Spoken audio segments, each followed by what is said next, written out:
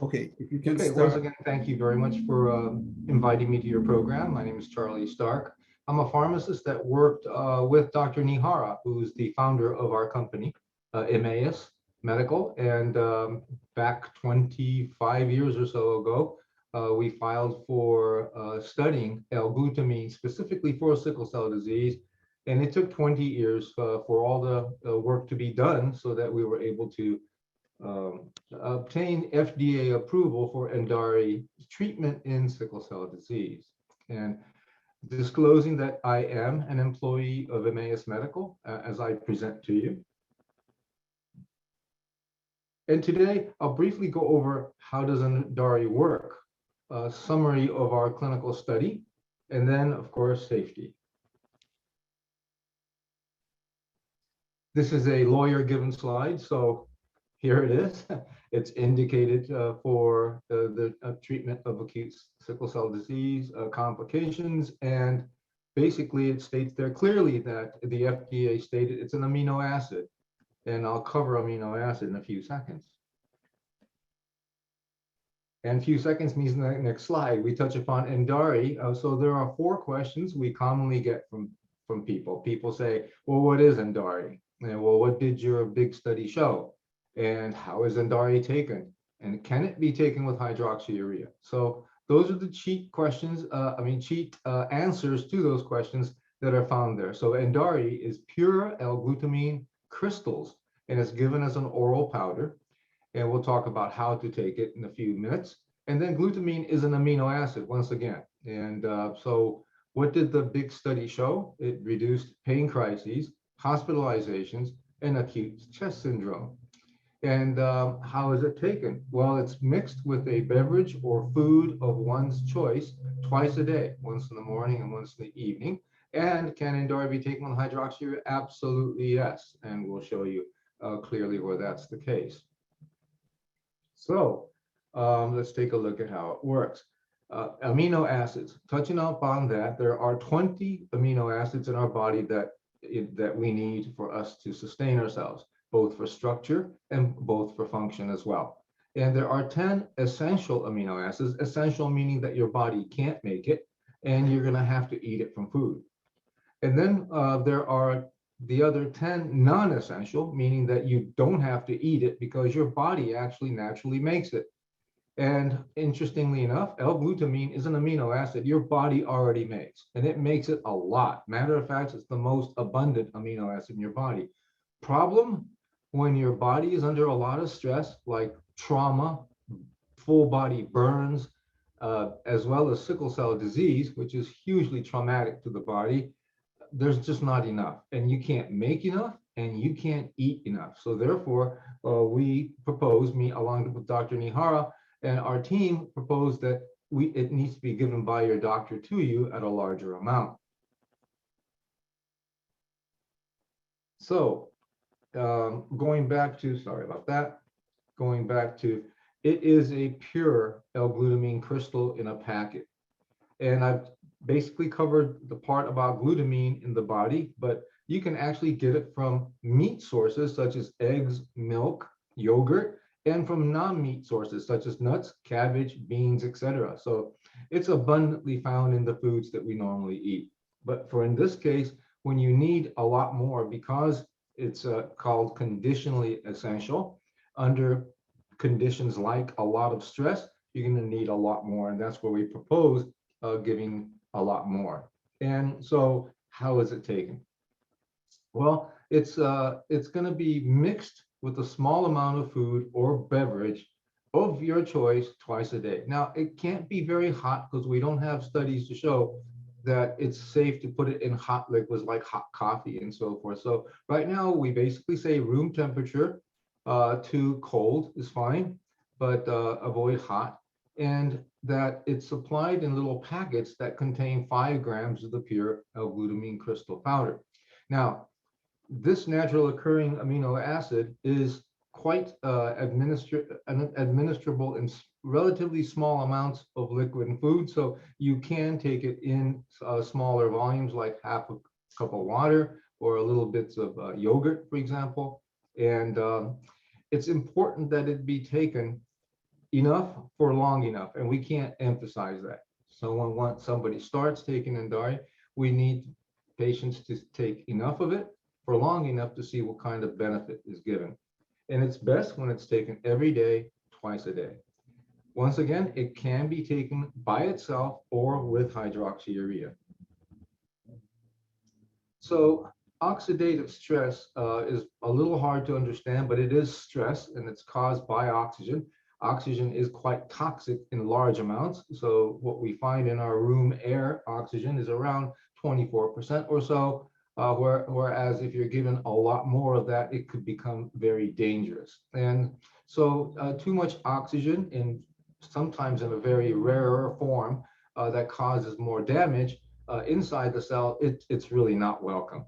And sickling occurs upon deoxygenation from the hemoglobin, but more importantly, if the cells rupture that have all this extra toxic oxygen on board, it can go in the bloodstream, and this toxic oxygen could start damaging things inside your blood vessel. So then you start damaging the blood vessels, and then you start to get even more stickiness occurring, and we have a lot of complications. So how does Endari work? Well, Endari is the naturally occurring amino acid glutamine. It enters the red blood cell and it gets converted to another substance called glutamate, GLU in yellow. In doing so, it's producing NADH. Now, what is NADH? It's one of the important antioxidants that are found in the red blood cell. So there are a couple of other very important antioxidants in the red blood cell, but this is one of them. And by doing so, we believe that it decreases the stress, this oxidative stress that these red blood cells are under. And that is how Endari works. Now, patients living with sickle cell disease has been shown to have lower levels of the antioxidant. And it's also not only the American patients with sickle cell disease, but also patients in Saudi Arabia living with sickle cell disease. They also have lower than normal. And so on the graph to the right, in the box to the left, those are the range of this antioxidant capabilities. In the left, you can see that pattern, and then in the right, it's lower in patients living with sickle cell disease. So patients are using up the antioxidants a lot because of the stress that they're under. And so Dr. Nihara many years ago showed in just a small sample of patients that those low levels of antioxidants were actually restored when providing L-glutamine or Endari for treatment for a 1 month period of time. So the clinical study that was conducted in the Endari study showed that there were fewer pain crises, fewer hospital admissions, and if someone was admitted, their hospital stay was shorter. And most importantly, there was a really significant decrease in the number of patients experiencing acute chest syndrome. So the study design was that if you were on hydroxyurea or not, you were then randomized, if you will, you're assigned to Endari or placebo in a 2-to-1 ratio. 2-to-1 ratios are used sometimes when you're looking for signals of safety. You want more of the patients to actually get exposed to the treatment arm. And some other reason would be that at least there's a 2/3 chance that you'll get the real drug as opposed to getting the placebo. Those are some of the reasons why someone uses a 2-to-1 randomization. But so let's start with, if you're not on hydroxyurea, please stay off of hydroxyurea. And then we randomize to 2-to-1 to Endari or placebo. If somebody was already taking hydroxyurea, please stay on it, and then randomize 2-to-1 ratio to Endari or placebo. Treatment was for 48 weeks, approximately 1 year, and the study concluded just shortly after 1 year. The comparison here was to take a look at what the outcome would be between the placebo arm and the Endari arm. So who entered the study? Patients 5 years of age and older, documented genotypes that you see there. At least 2 crises in the ear prior to screening for the study. Hydroxyurea use, we said, yes, it's permitted. Please maintain steady dose if possible. And transfusions were permitted during the study. The notable reasons for not allowing someone to enter the study is they have very bad kidney disease, bad liver disease, pregnant or lactating or giving milk to baby, and receiving blood product within 30 days. So, as our colleague from Novartis had pointed out, a primary endpoint is the main thing you're looking at in a study. And what are you trying to look at? Well, we actually looked at similar things between Novartis and ourselves. That is, to look at the number of crises during the period of the study as you compare the treatment to the placebo.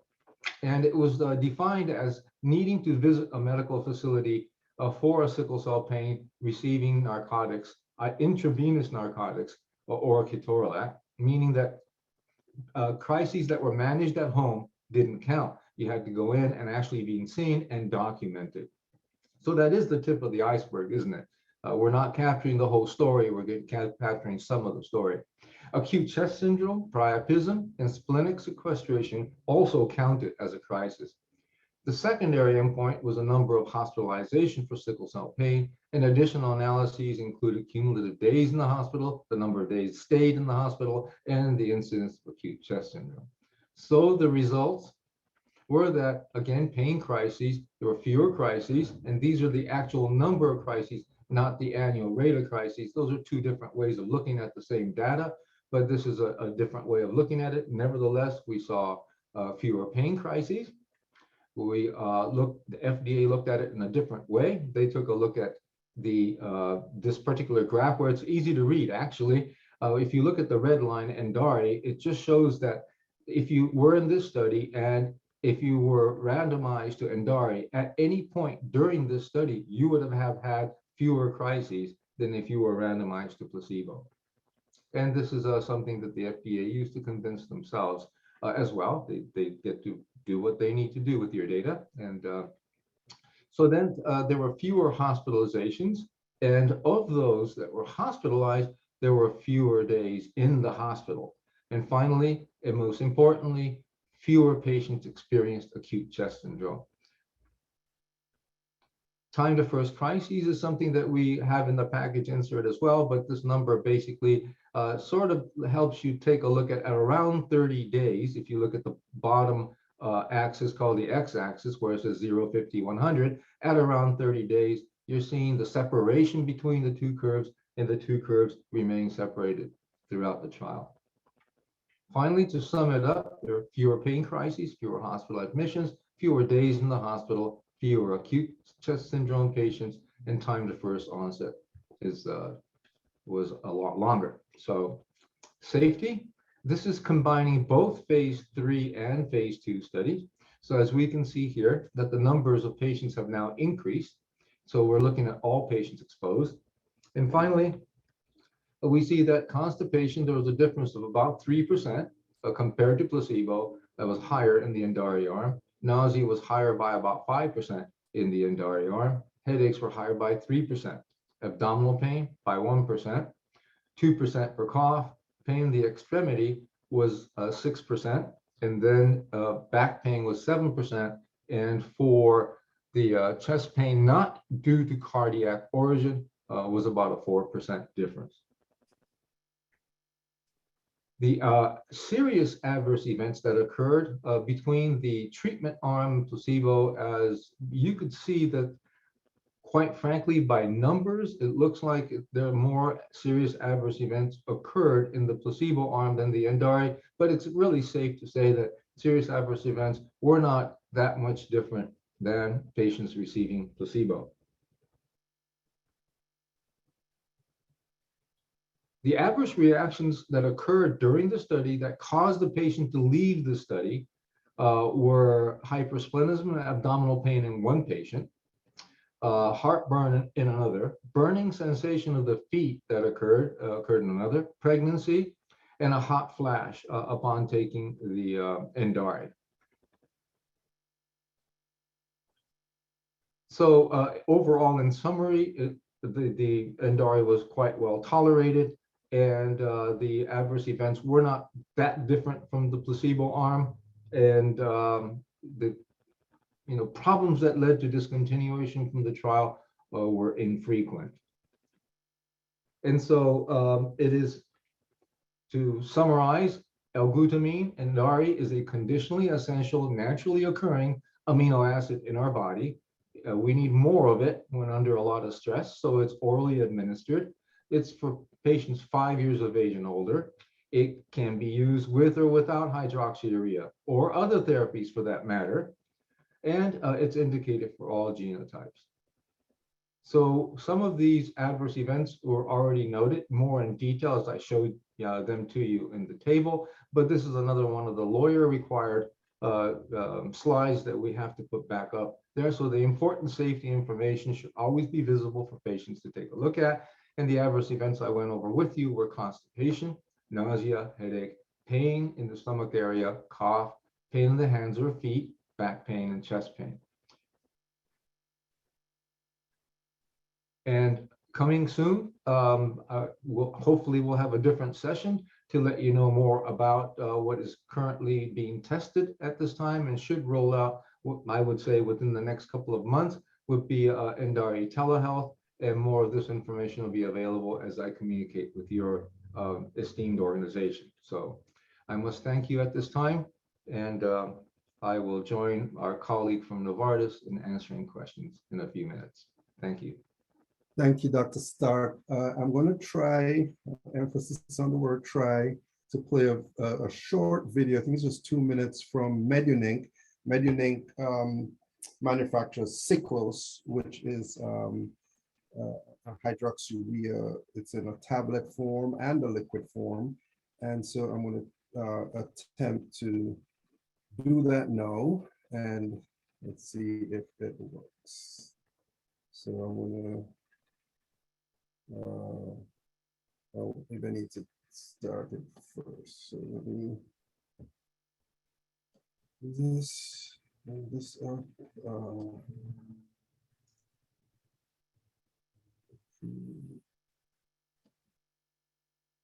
First, I just wanted to welcome all of you to, this is our first webinar, so I'm going.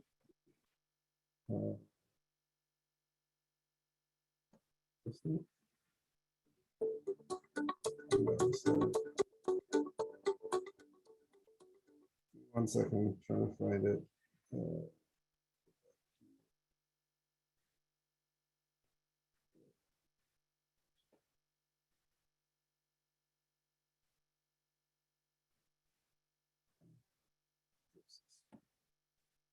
Okay.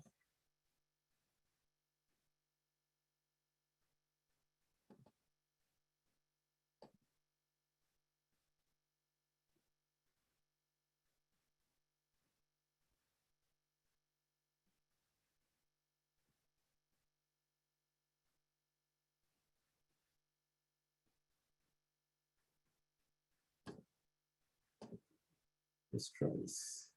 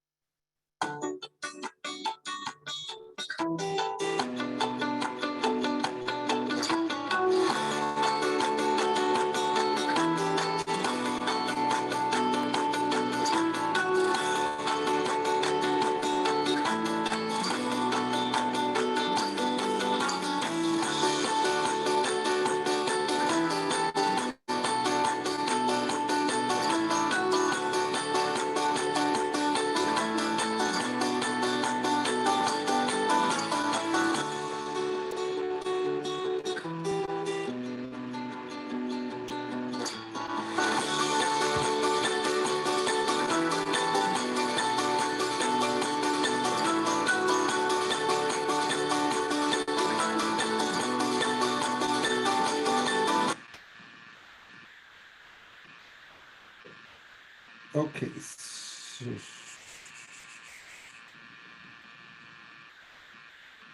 So I think that you guys are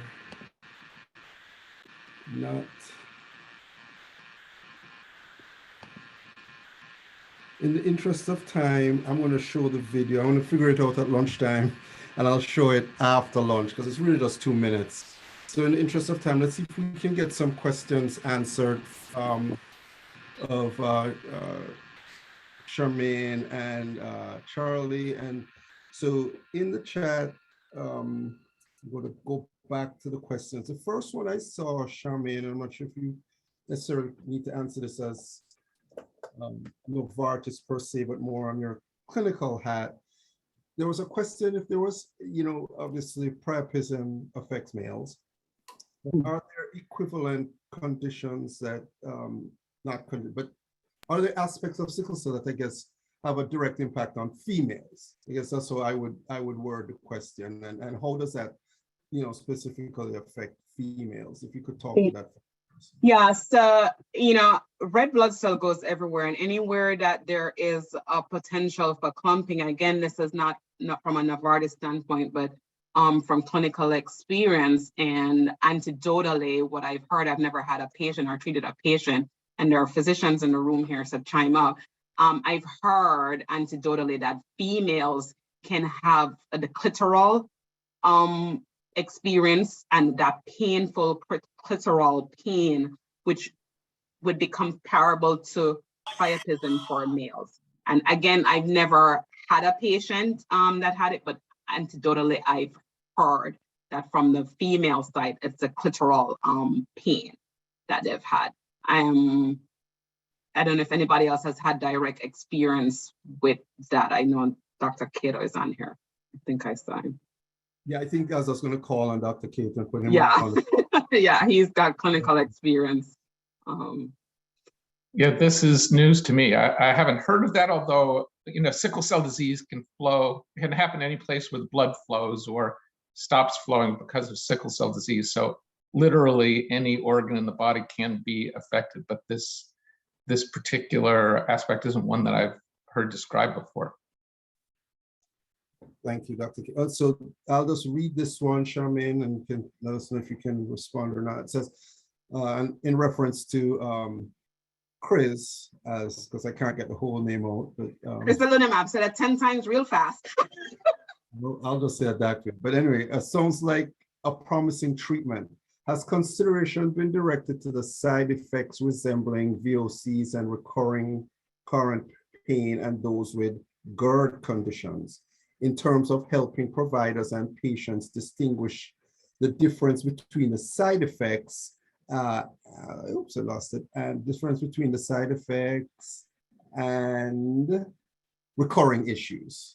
Right, and I saw that question, and that is very specific, and it's gonna be targeted to the specific patient, right? We can't give medical advice, but the provider treating that patient, you should know what your underlying conditions are, or comorbidities, so to speak, are, what medications you're on for your comorbidities. And that's a discussion that you'll have, knowing, when you're starting a drug, your provider will go over with you all of the potential side effects from the medication. And then, depending on, once you start the medication, the side effect that you're having, is it worse than, your baseline comorbidity? That's a conversation between yourself and your provider, and you as the patient being able to know, is this precipitating, is this making my GERD worse than before I had, I was on crisalutamab, or is it the same? So again, that's very specific, and I think it's individual, and it's going to be from patient to patient, and a discussion that you have with your treating provider, whether that be your, the doctor or your nurse practitioner, your physician assistant, whoever is managing you. That's a conversation that you have with them prior to starting the medication. And once you're on the medication, if you're noticing any of those effects that could potentially happen, or if you have one of the potential side effects, if you're noticing that it's exacerbating the side effect, those are conversations that you definitely have with your provider.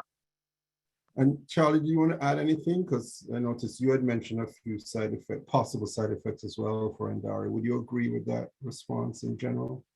Yes. So we've actually looked into this quite a bit, just overall in general, that possibly there are some side effects that may overlap with some symptoms of sickle cell, some elements of sickle cell disease. For example, back pain. You're looking at back pain, was that associated with the sickle cell crisis? No, it was mild to moderate, but back pain sounds like a part of a crisis, but it may have occurred outside of a crisis, and it may have been a mild to moderate, but all those adverse events will get picked up. So there might be somewhat at times overlapping of adverse events that may overlap with some of the signs and symptoms of a sickle cell disease. All right, thanks. And that question is from Yolanda. So Francine Baker asked, thank you so much for sharing. This is very informative. I'm interested in knowing if either of you learned anything from the clinical trials from those who did not meet the expected endpoints. So I guess the way I'm interpreting is that, you know, were you able to distinguish any reason why the folks who didn't have fewer crises, or was there any specific reasons that maybe around those individuals that you're able to identify? I'm looking at that from the trial. I can start with the clinical, with the sustained trial. You know, when it came to patients that did not have any benefit or perceived benefit from that, there was nothing that we saw or that I'm aware of. I can take it back to my internal team that was specific to why they did not respond, so to speak. That's what I'm interpreting it as. You know, the patients that did not respond, was there a reason why they did not respond to the treatment? That's how I'm interpreting it. And, you know, sickle cell disease is, as I said before in my talk when I was doing the overview, it is it varies. Everybody walks their own disease course. And I think that we need a lot more work to be done to understand truly why a patient with SS disease, which is sickle cell anemia, which is supposed to be the more severe complications from the disease, versus, for example, a patient with SC disease that should have less, you know, complications or problems for the disease. But everybody walks their own sickle cell path, and everybody has their own sickle cell journey. And I have had patients in the past that have had every single complication there is under the book. And I've had kids that I only see that came in just for their routine visit. And that's a question that researchers and that the community research is still trying to answer. So back to the question as to why some patients did not respond on the trial versus why others responded, I don't have an answer. I'm gonna, Francine, I see your hand up. Why don't you just unmute? I don't know if you want to clarify your question before I let Charlie respond. I'm gonna try and wrap this up in just about 2 minutes, because we're about 15 minutes behind, but I know we'll catch up in the time. So Francine, did you want to clarify something or ask a separate question? Yeah, no, just to clarify, the reason I ask is sometimes we don't have time to kind of assess why things did work, and I think it's a missed opportunity to learn more and to gain insight that can help optimize the protocol or the treatment in a way that will then have a wider impact. So that was the reason why I asked the question. Thank you for clarifying that, Francine. And just that, you know, our clinical trial program is still ongoing. So data is still being collected around this compound. Like I stated before, our Solis Kids trial for kids 16 and under, and our Spartan trial is open for recruitment and ongoing. And we have a phase 3 trial, or STAND trial, that's closed for recruitment, but it's actually still ongoing. So we're still looking, and more data will come out around this compound. Thank you. Charlie, I have one last, I want to end the questions with one last one that I know I've heard around Endari actually since, you know, it came out. And that is, can you distinguish between Endari, the prescribed Endari, versus what you can get at the supplement store? You know, you hear that all the time. Oh, it's you know, it's L-glutamine. I can go to the store and I can just buy it. Why do I have to get Endari? Can you just distinguish between the two? Well, To be quite honest, you're absolutely right. There is a nutritional supplement Endari, L-glutamine available, and there's no reason why you can't go to a nutritional supplement store and buy L-glutamine. But there is this one difference that that we'd like everyone to take into consideration is that there are, in nutritional supplements are regulated by the FDA as well. FDA regulates food. They regulate the food we buy from grocery stores. So there's a regulation on nutritional supplement glutamine, but it's regulated more as a nutritional supplement or food. Whereas the way we produce Endari is we produce it as a drug. So we follow all the rules and regulations of drug manufacturing.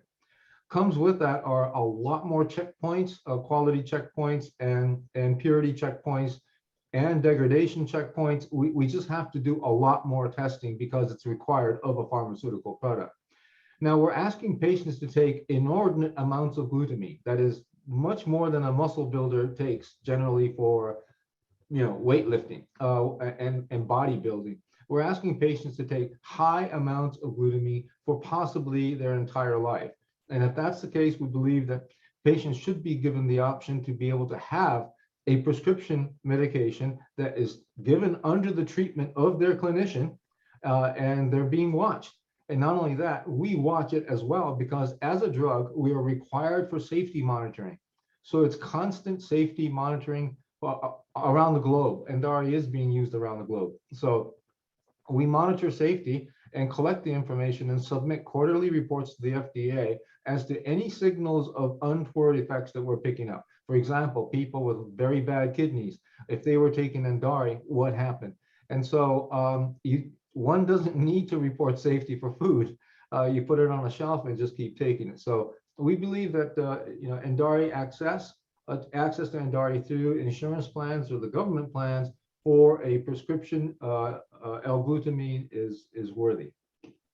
All right, thank you. With that, we'll close. I just wanted to mention that there is another therapy on the market. We weren't able to talk about it in this forum because there's going to be additional information that's coming up about what's in their pipeline. So we're not allowed to kind of mix messages, so to speak. So we'll have to take that up in a different forum. But thank you so much, Dr. Stark. Thank you, Charmaine, for enlightening us about Endari and crizolizumab as well. Endari. So with that, I'm going to shift gears. We heard about what's out there now, and now we're going to talk about what's coming.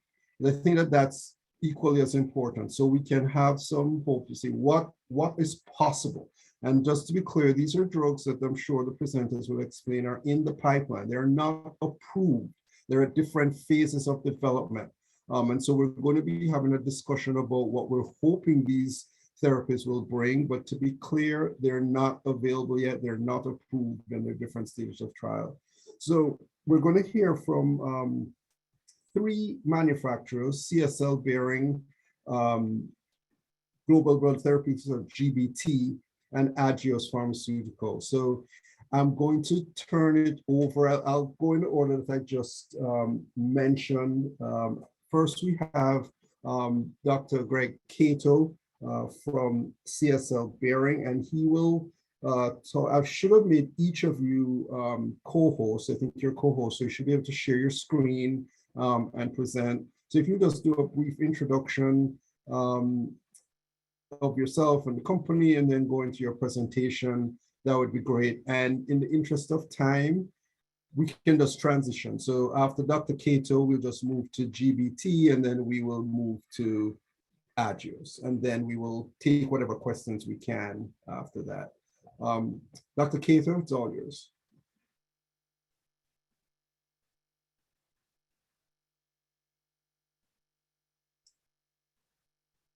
So we're not hearing you, or at least I'm not hearing. Yes, sorry, can you hear me now? Yes, yes. Okay, let me see if I'm able to share this now. I'm actually going to introduce myself with the slides that I have. Okay, so are my slides showing here? Yes. Okay, so my name is Dr. Greg Cato. I am an employee of CSL Behring, where I've been for the last couple of years. But actually, I am a resident of Maryland for almost 30 years now. I've been a physician in pediatric hematology at Johns Hopkins, and then with adult sickle cell patients at the National Institutes of Health in Bethesda, Maryland. And perhaps there are some out there in the audience that actually I know from those experiences during those times. I also worked at the University of Pittsburgh, again, in the Sickle Cell Center there. And all that time I was involved in patient care, both children and adults with sickle cell disease and other blood disorders. I ran a research lab and ran clinical trials all focused on sickle cell disease. I've also been co-editor of the most recent textbook in sickle cell disease that came out last year. And these are my disclosures. I am an employee of CSL Behring, and I've worked in the past before working for CSL Behring with Novartis and Global Blood Therapeutics and with Bayer Pharmaceuticals. And so I am going to tell you a little bit about the company that I work for now before I go into our research product. CSL Behring is a very patient-oriented company. These are the 5 basic values that come from the very top of the company and are expected to guide everything that we do, from patient focus, perspective, innovation, integrity, collaboration, and superior performance. Our motto is that we're driven by our promise, and I won't read all of these to you, but each word is chosen because it has a meaning to us, again, that is basic to the values that every employee is expected to abide by, and we're pleased to abide by those. CSL Behring is a parent company. It is classified as a biotech company, but it's a little bit like a pharmaceutical company. It has focus on several different areas of diseases, and hematology is one of them. Some hematologists know this company because it has a long background in hemophilia products and care. Most of the products that we make are derived from human blood plasma, and we have a subsidiary, CSL Plasma, that actually collects plasma. It's one of the largest plasma collection companies in the world, with multiple locations in many cities, most states in the country, and outside. And Securus is our vaccine company that is one of the main manufacturers of influenza vaccine, and had been one of the leaders in coronavirus vaccine research during the pandemic. We're a global company, and these dots show our locations across many continents, and our national headquarters in the US is in King of Prussia, Pennsylvania. We have a sickle cell disease website, and I just show you a screenshot of it here, and the link to it down below. I think I put this link in our virtual booth as well for people who are interested in seeing what CSL Behring has to say about sickle cell disease. As part of our commitment to sickle cell disease, we last year sponsored a focus issue of Nature Outlook Medical Journal. The entire special issue was focused on sickle cell disease, and you can see in the table of contents here multiple articles. These are all written at general readership. They're not just science articles that explain many different aspects of sickle cell disease, including development of new therapies, gene therapies, and some of the problems that you all know about in sickle cell disease, but are there for other people to learn about. There are 3 points that I'm going to be making then with the rest of this presentation. Number 1, that red blood cell breakdown products make for sticky blood vessels. I'm going to talk about the natural defense protein hemopexin and about our phase 1 clinical trial of CSL 889. So first, red blood cell breakdown and sticky blood vessels. So you all know that when sickle cells become deoxygenated, they can have their hemoglobin S form polymers, long rods that make the red blood cells sickle shaped, and more importantly, make them very stiff so that they can't get through blood vessels easily. But it also makes them very fragile. They break apart easily, and the low blood count from that is the anemia of sickle cell anemia. Now, the main protein inside red blood cells that makes them red is the hemoglobin, which you all know is the part that's abnormal in sickle hemoglobin. But when that hemoglobin gets out of the red blood cell, it's getting to places where it was never meant to be, and it causes a lot of toxicity when it gets out of the blood vessel. Toxicity to the surrounding cells, which mean the surrounding blood vessels and other circulating cells. Also, when the hemoglobin falls apart, the heme part of it, which is the part that actually carries the iron, and there's a chemical diagram shown over there, but just think of it as being the iron carrying part of hemoglobin, that causes incredible oxidative stress, inflammation, and triggers vaso-occlusion, at least that we can detect in the sickle cell research mouse. These are some of the scientific experiments that show how heme makes blood vessels sticky. And if you can see here, these are just purple and blue and green stains of cells, and these are blood vessel cells in this case, but just in a tissue culture flask, like a test tube. And then as some heme is added and a little bit more heme, you see this green dye, which is a tracer for how sticky these cells are through a protein called VCAM, or how purple they get, which is also a stickiness protein, same one that's involved in making cells sticky that's inhibited by crizanlizumab. You can see some heme makes the cells stickier and more heme makes them really sticky. And here's another picture. This one's actually from blood vessels in a sickle cell mouse. And when heme was added, in this case, the green dye is showing the stickiness proteins. And you can see no heme, no stickiness proteins. Heme's added lots of the stickiness proteins in these cells. This one's just a graph from one of the kinds of sickle cell mice, and I'll start at the bottom here, showing that when they're given a little bit of heme, 19%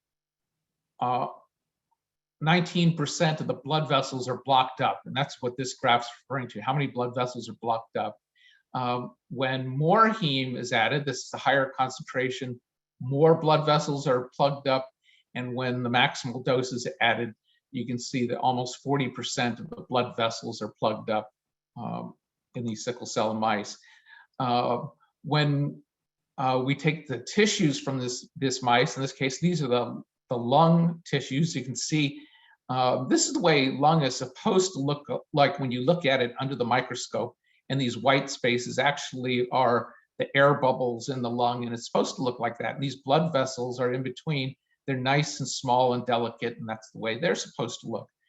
I think anyone who's not even a scientist can tell that over on the side where hemin, which is a kind of heme, was added, these blood vessels have gotten so swollen, you can almost not see any air bubbles anymore.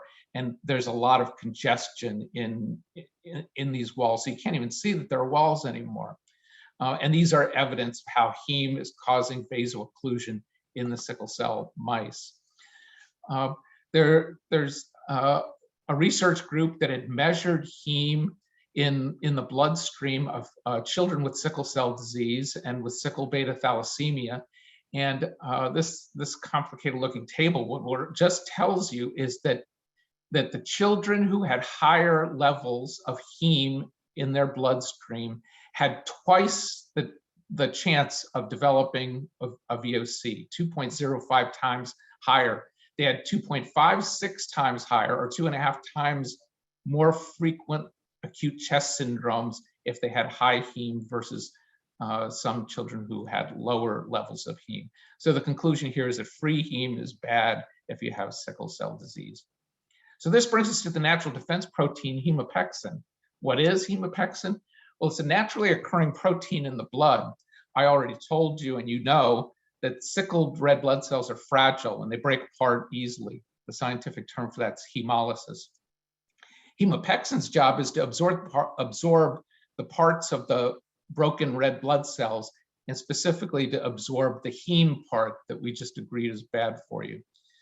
once hemopexin picks up heme, it carries it to the liver, which is the natural place where heme is broken down in our body. Here's a little cartoon to show you that. Here's a red blood cell. When it becomes sickled and more fragile, it can break apart and release the hemoglobin molecules.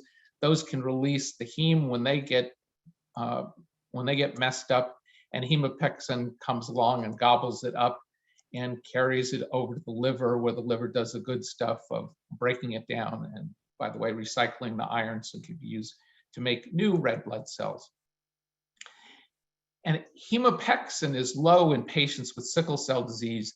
You can see here that people with sickle cell disease have levels of 0 to 6, whereas people without sickle cell disease have levels of 8 to 25. Now, why is it low? Well, it gets stressed out and it gets used up because there's so much hemolysis and so much heme going on in the bloodstream of people living with sickle cell disease that the hemopexin is so busy carrying things to the liver, it kind of gets used up. More gets made, but it gets used as fast as it's made. So we tried putting hemopexin by infusion into the sickle cell mice. And I'm not going to go through all the complicated things in this slide, but I put a red box and green box here on the important parts. And the important part is that when you see an SS mouse or sickle cell mouse, and the blood vessel occlusion is measured at 24 hours, 48 hours, you see it's 10% or 11%. If it's an SS mouse that's then had the infusion of hemopexin, at 24 hours after the dose, the level of blocked blood vessels is less than 1%. It's 0.1% compared to, remember, it was 10% up here. And at 48 hours after the treatment, it's 2.5%, which is still way less than the 11% it was at 48 hours under normal conditions. So hemopexin infusion decreases vaso-occlusion in sickle cell mice. And we have a lot more experiments that just show that's true in lots of different ways. But these results that we've gained from sickle cell mice and from all those test tube experiments have led to a phase 1 clinical trial of CSL 889.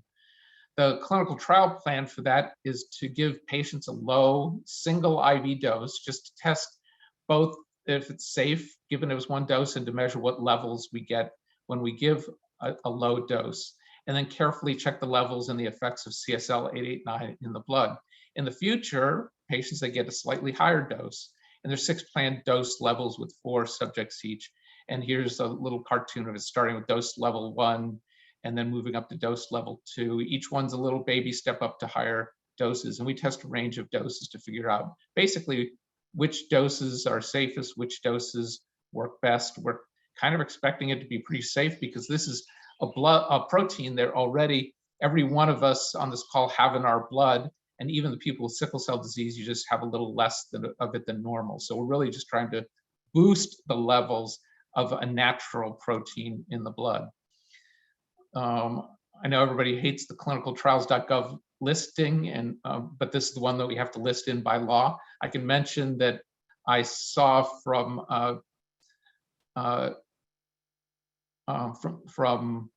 the sicklecellstudies.com that there's a very nice listing that they have. There are other nicer listings that are more patient friendly, but this is just a QR code that can get people to that listing. And thank you very much for giving me a chance to talk about this.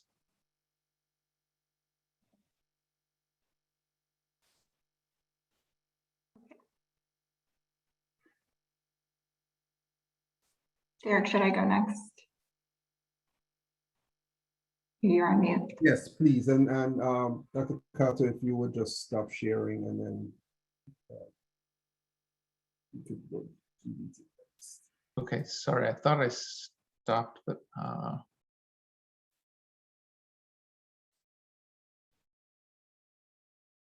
let's see. Okay, that should have stopped it. Okay. And I have to stop the recording for my session, so let me go ahead and just do that.